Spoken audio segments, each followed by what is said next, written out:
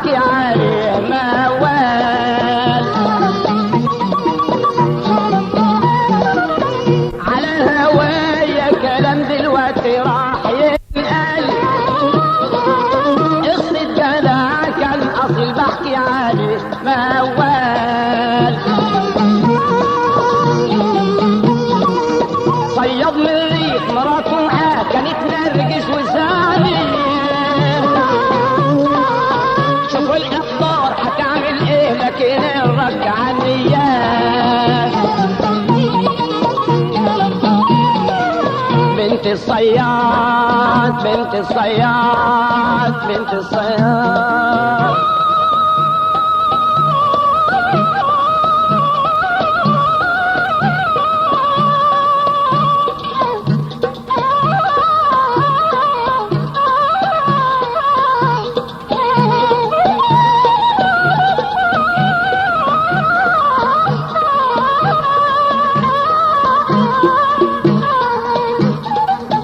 من عادة الحلو لازم يمدحوه الناس، ومن عادة المر لازم يكرهوه الناس. وابو سيرة حلوة طبع سيرته في لسان الناس. ابو قلب مخلص اذا جالس رجال عرفوه، وفاعل الخير دايما العالم عرفوه. الصمت حكمة ودواء وابن الهوى عرفوه. الورد شمه ناس عايشة في دم الناس.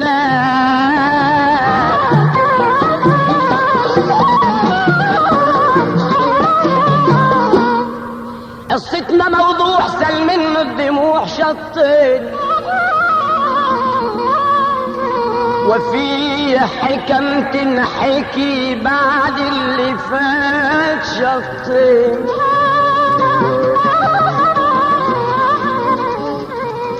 علشان جمال بنت خلت العقول شتين.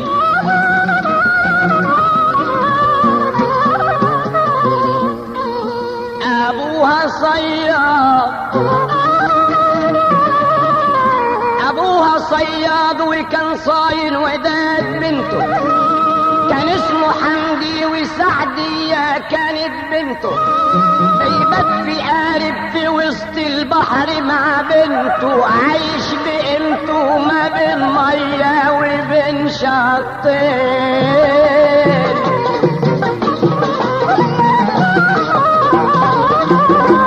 ومراته نرجس ماتت وسابت له سعد،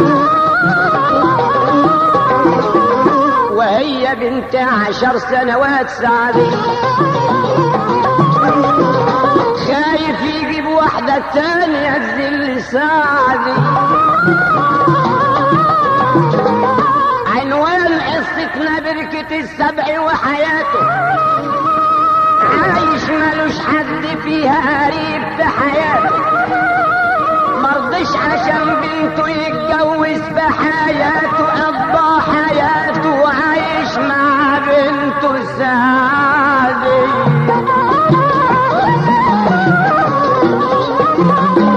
من صوره غاوي السمك والصيد عادات، وتملي شغله في قلب البحر عادات. شبك وصنر في قارب صيد عادات.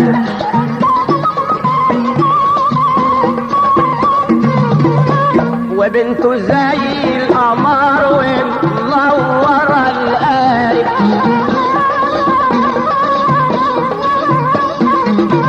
ويوم تشوف بنت فوت وتبص على القارب. ويوم تشوف بنت فوت وتبص على القارب. من الصبح للعصر تلقى الفرجة على القارب. وفي المغارب ابوها للصيد عادات. سعدية عايشة يتيمة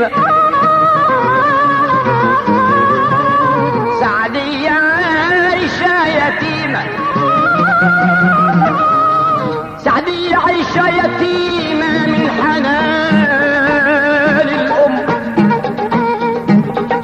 مع أبوها كبرت وشبت بس من غير أم، وأبوها شايف واجبها مثل أب وأم. البنت في البيت واجبها حلو مع أبوها، ولا فيش لها عيب وكل الناس مع أبوها، ومنور البحر وسط الشهر مع أبوها، والبنت مع أبوها عايشة معوضة عن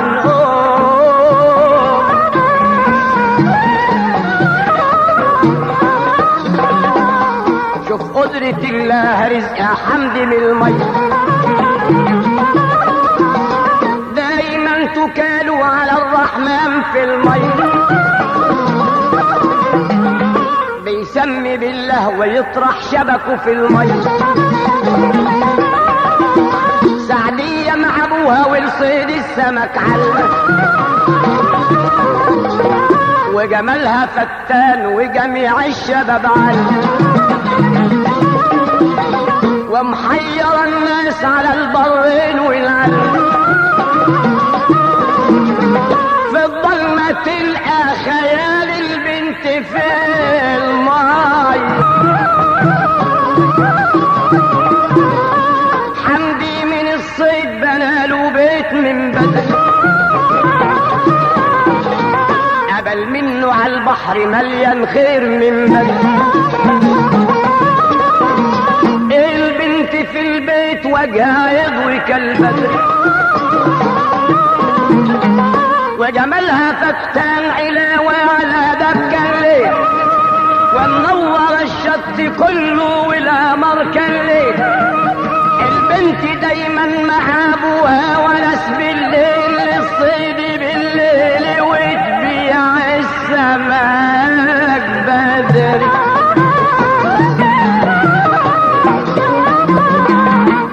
وفي مرة سعدية نزل السوق بسمكة، ولبسة طرحة وجلابية بسمكة،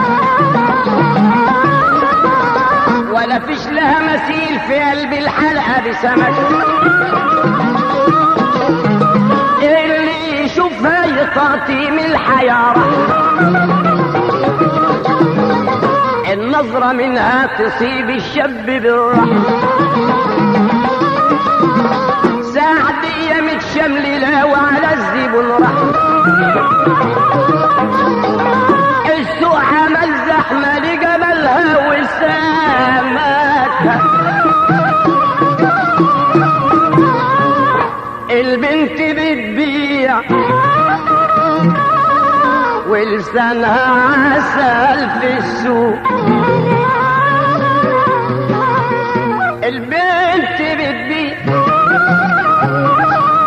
البنت بتبيع ولسانها عسل في السوق.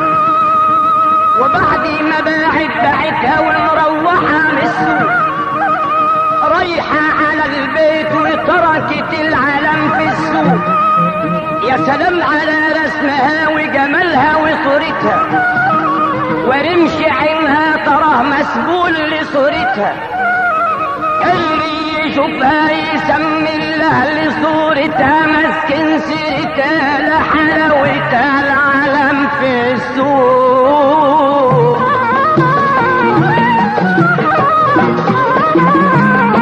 سعدية رغم جمالها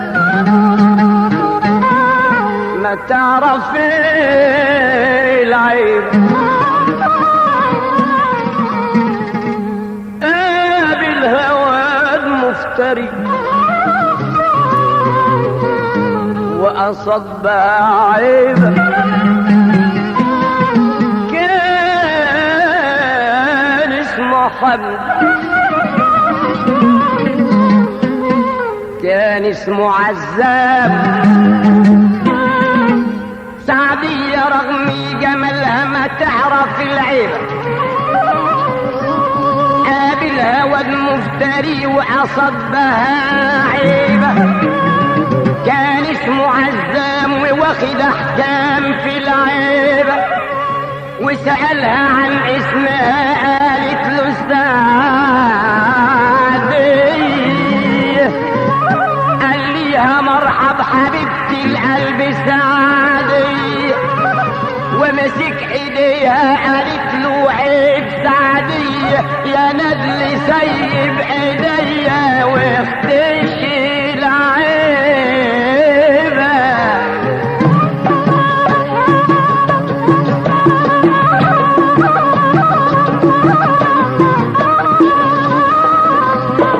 سعدية رغم جمالها ما تعرف العيب، قابلها واد مفتري وأصدها عين. كان اسمه عزم وواخد احكام في العيبة،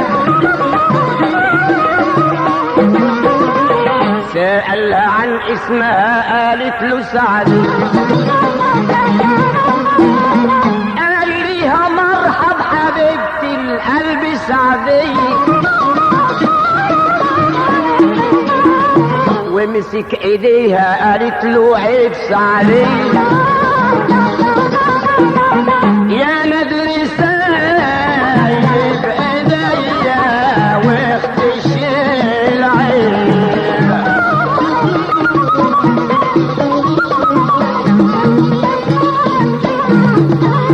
كنا قبال التراب واللي انكتب سطار، خدها ودخل التراب بالغصب يا ستار، ورفع عليها سلاح الغدر يا ستار.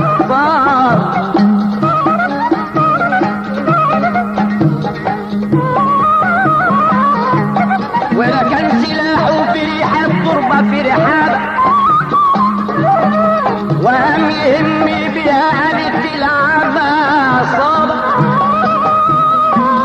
قدام قبر امها قالت يا رب في رحابك امي في رحابك وانت احن يا ستار.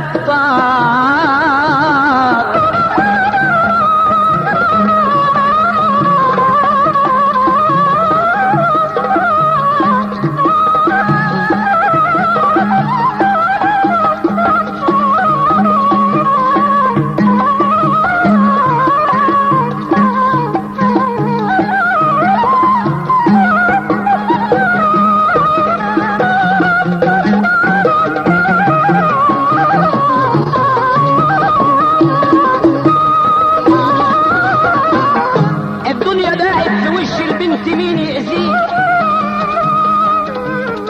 ومد ايده يقلعها الهدوم يأذيه، اغمى عليها وفقدت وعيها يأذيه،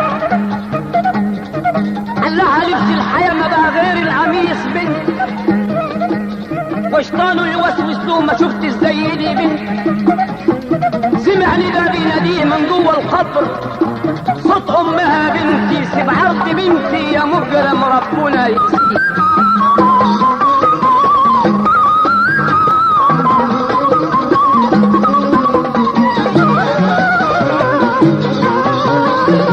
بعد ما سمع الندى قام ارتجف عذاب،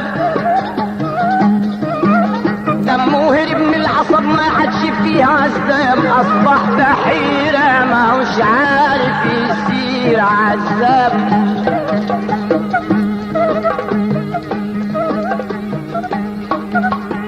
ساب السلاح ويجري وسط التراب وناداه، وكل ما يخش شارع يسمع اللي نداه. تهرب تروح فين يا ظالم لك حساب ونداه، الحمد لله سطرها وانكشف عذاب.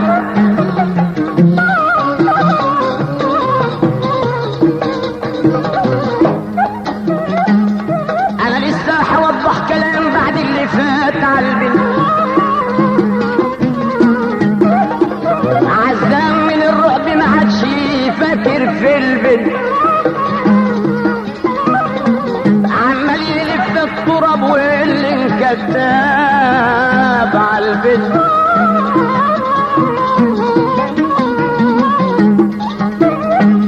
لقدرة الله ما هوش عارف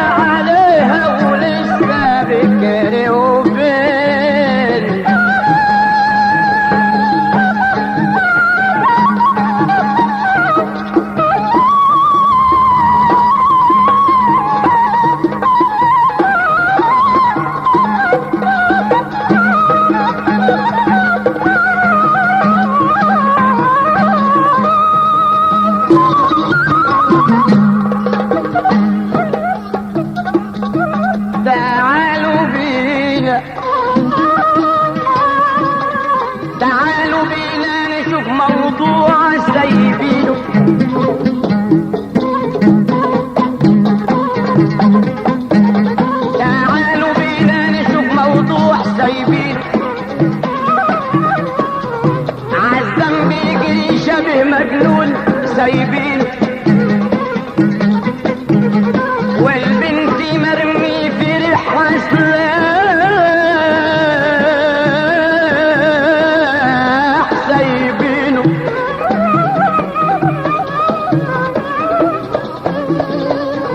بقت التراب شيء عجب فيها التعاظ عندي وعزام وسعدية كما كتب الآلام عندي هنعود لهم تاني قبل ما اعود لهم عندي عايزين نشوف حمدي ابو سعدية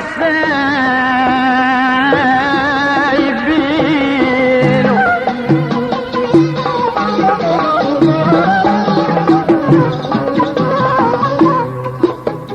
البنت غابت عليه عم بص من عينه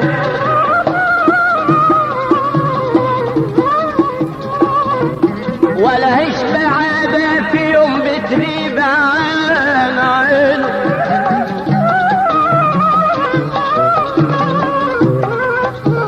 علشان جمالها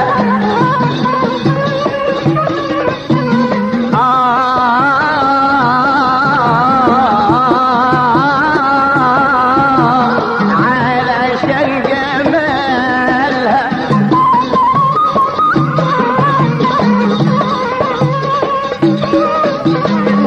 البنت غابت عليه انبص من عينه ولا عيش بعادة في يوم بتغيب عن عينه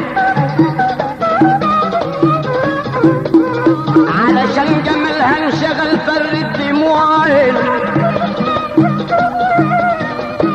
راح سأل عنها في السوق قالوا له روحت بدري سعدية باع السمك هيا حمدي من بدري بقالها يجي 3 ساعات من بدري ارتد يجري عشان بنته ونور عينه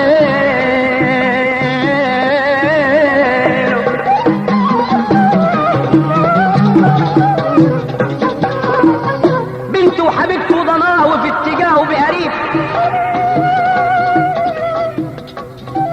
بنته وحبيبته ضناه في اتجاهه بقريب عمال يدور عليها مش لاقي له قريب لا غريب معاه ونسه ولا التال قريب شوف دي امل التراب قال بنت سعدي لما افتكروا امها قال يا سعدي يحرم علي المنام من السعدية الله يعينك يا سعدية وفرج قريب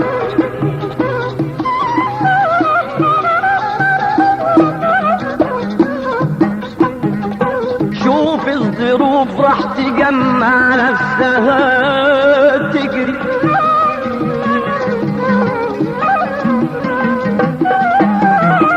كان فيه جمل من واحد جمال جاي يجري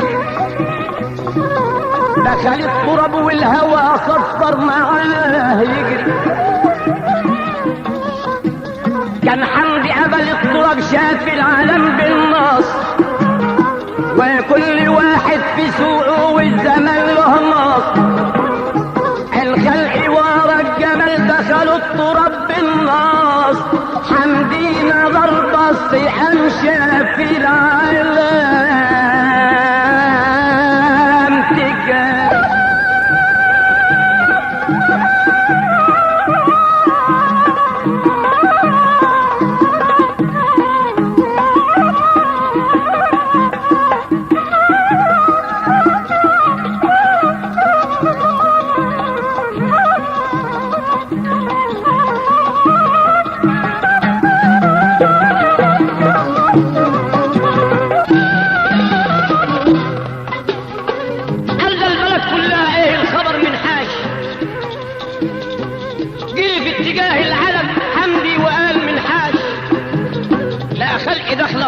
تزعق وحلق حاج بيحسب ان العالم تجري عشان بنته اتاري الجمل قام واقف عندي ما شاف بنته نخ الجمل بارتياح عند مكان بنته، حمدي نظر بنته قام صارخ ونظر حاش.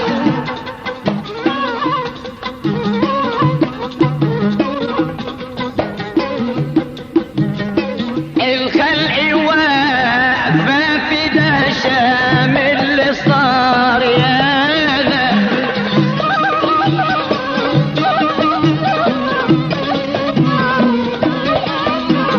الخلق واقفة بتستعجب نظرها،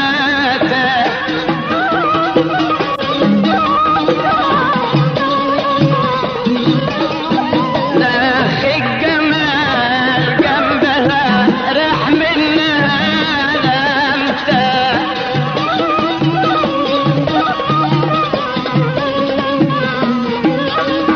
شفيت العالم كلها، شفيت العالم كلها منظر عقولهم ده.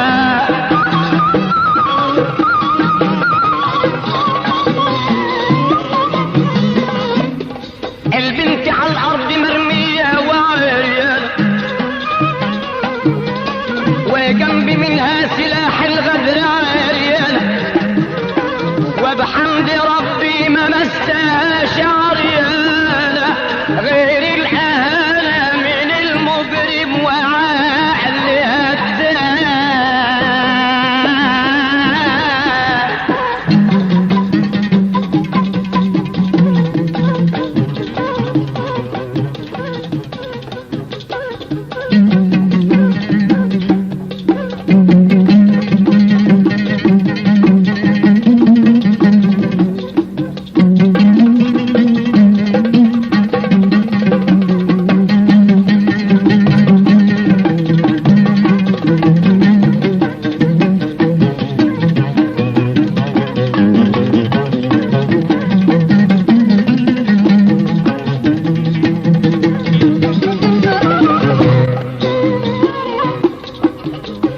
ابوها عمال بيبكي والعالم روحه، شوفوا بنتي فيها نفس ولا ما فيش روح، صبحت اعمى النظر روحي عندها روح، يا ناس احذروني مانيش شايف اسير وعمل، هاجي الجمل تاني مرة في شوارع التراب وعمل، عيت يرفع عزم لقدرة ربنا وعمل، بيرك عليه الجمل لما طلع روح، طول عمره عزم عايش في المعاصي مات، عايش ما يعرفش ربه قالوا ساعة مات، الناس في دهشة من الفجعة ومن اللي مات، وناس بتجري تجيب دكتور للساعة دي، دكتور ماهر وصل في الحل الساعة دي، بعد ما فاقت قالت موضوعها سعدي، بعد ما فاقت قالت موضوعها سعدي، ابو سعدية من الصدمة من بعد دقايق مات، صحيت لقات نفسها